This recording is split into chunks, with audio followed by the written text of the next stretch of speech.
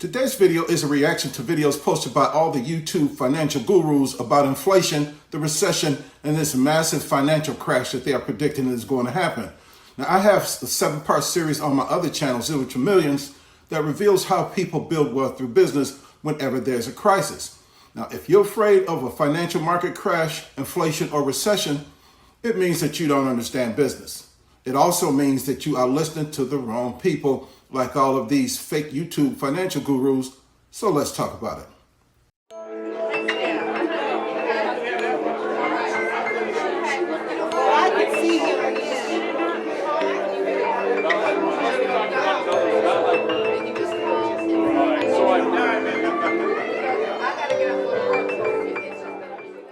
The first 20 years of my professional career was spent as an intelligence analyst working for the National Security Agency. Since the age of 12, I have always held more than one job. So while I was an intel analyst, I also worked in the financial services field. Now, my analytical skills combined with my experience in the financial services give me the unique ability to conduct analysis of the financial markets more accurately than others. Now, I'm currently a certified financial educator with the National Financial Educators Council, which also qualifies me to teach on what's happening in the financial markets more accurately than these YouTube jokers. Now, being a stickler for accuracy, I have been putting off making a video connecting the YouTube financial or correcting the YouTube financial gurus' dire prediction about the current economy because I wanted to wait to see what the outcome of several things would be that can have an impact on the current state of the economy. Number one, the result of President Biden's meeting with Saudi Arabia or the leader of OPEC nations. Number two, the quarterly earnings reports from major corporations. Number three, if the Fed was going to raise interest rates another 75 basis points. And number four, how long the stock market will continue to be in flux, which is caused by scared people in the market selling their stock and rich people buying it at a cheaper price. Now, President Biden's meeting with the leader of OPEC, or the Organization of Petroleum Exporting Countries, that's important because he can negotiate with them an increase in oil production in order to lower the prices at the pumps. Now, sometimes you'll see gas pump prices increase as a result of taxes or price gouging greed. However, most of the time, the prices will rise at the pump due to our commitment to keep earnings stable for the oil in the world market. You see, oil and petroleum products are purchased on the world market with U.S. dollars.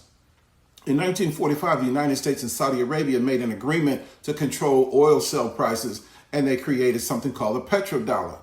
Now, the petrodollar is paid to OPEC countries for oil exported from their countries, and the power of the purchase of the petrodollar relies on the value of the U.S. dollar.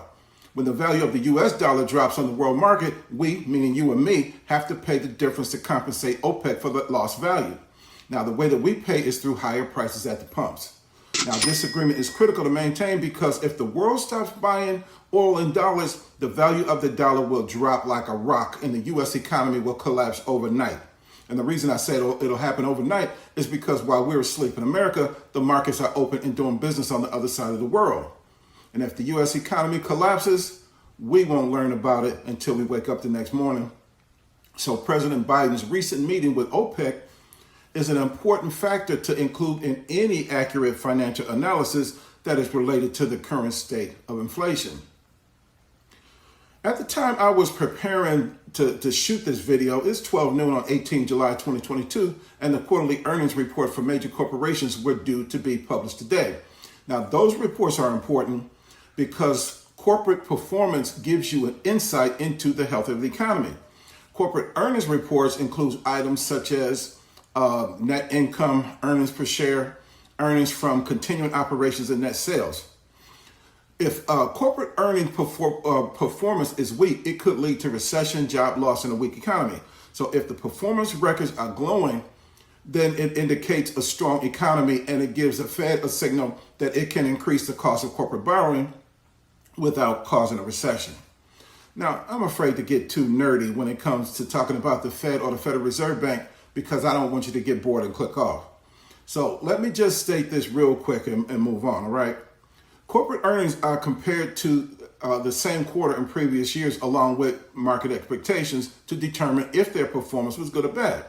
Now, corporate earnings increased by a staggering amount during the second quarter of 2021 The S&P 500, for example, increased by more than 90% that quarter last year, which means it will be difficult to beat that this year.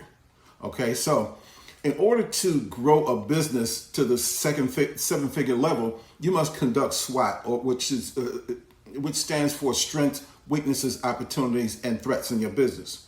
Now, a threat facing 2022 corporate earnings is margin compression.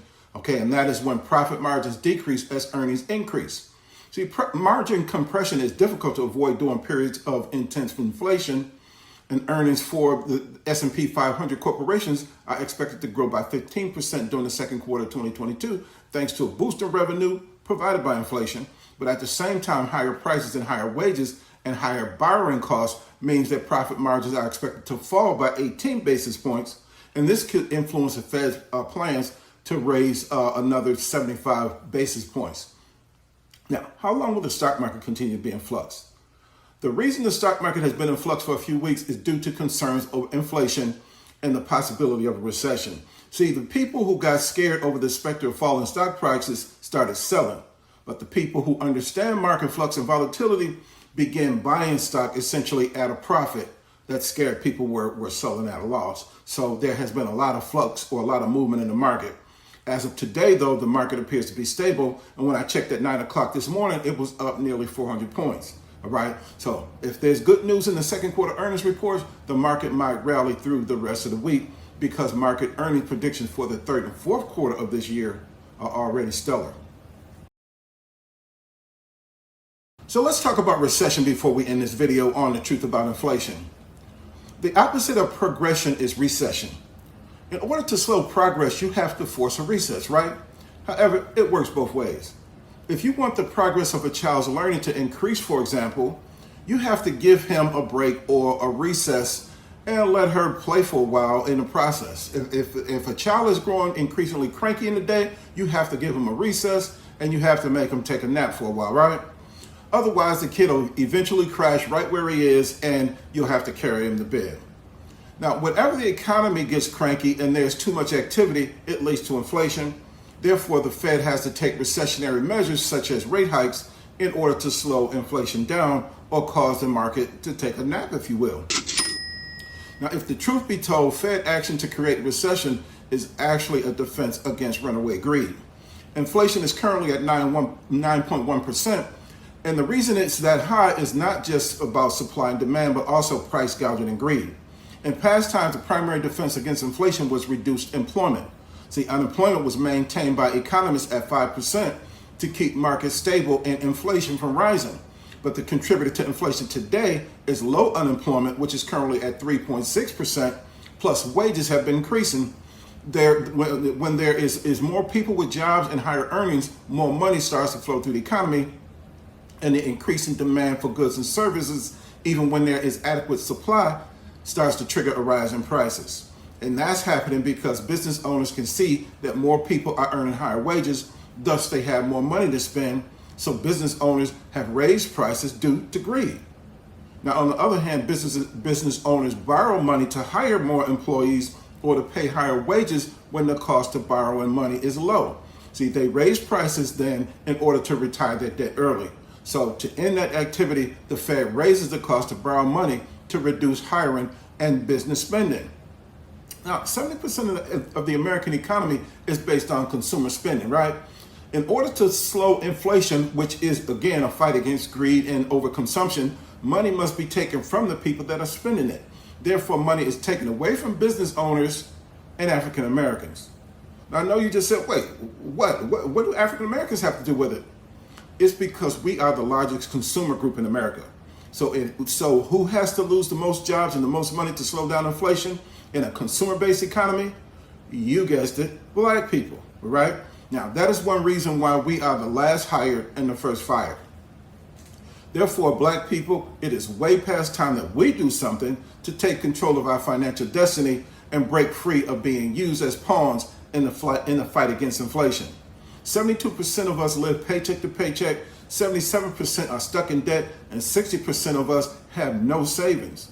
And using my 45 years of business experience and educational expertise, I created an online class called Money Does Grow on Trees.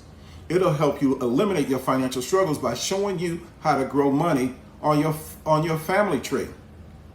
See, God designed family to be the primary organization for wealth generation, which means every family has the power to become wealthy. Fortune 500 corporations have used the knowledge in this class for over a century to produce wealth for their family of companies. See, they understand that generational wealth is built on the power of family, not money. Now, don't pass on this opportunity to receive life-changing information that is new and true that nobody told you.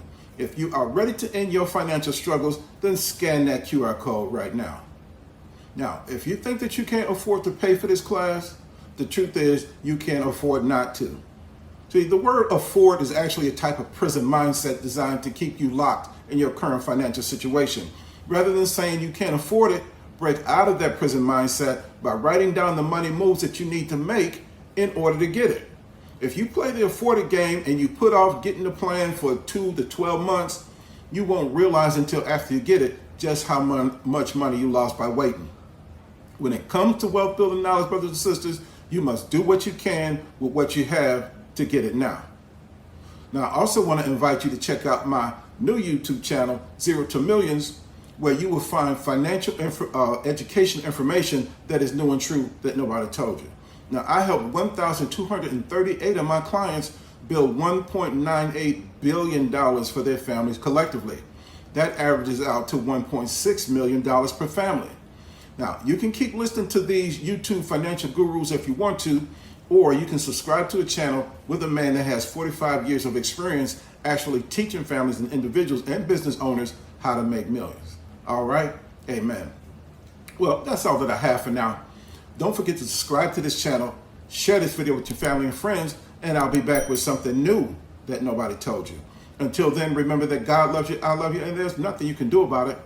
And I'll see you next time on Zero to Millions.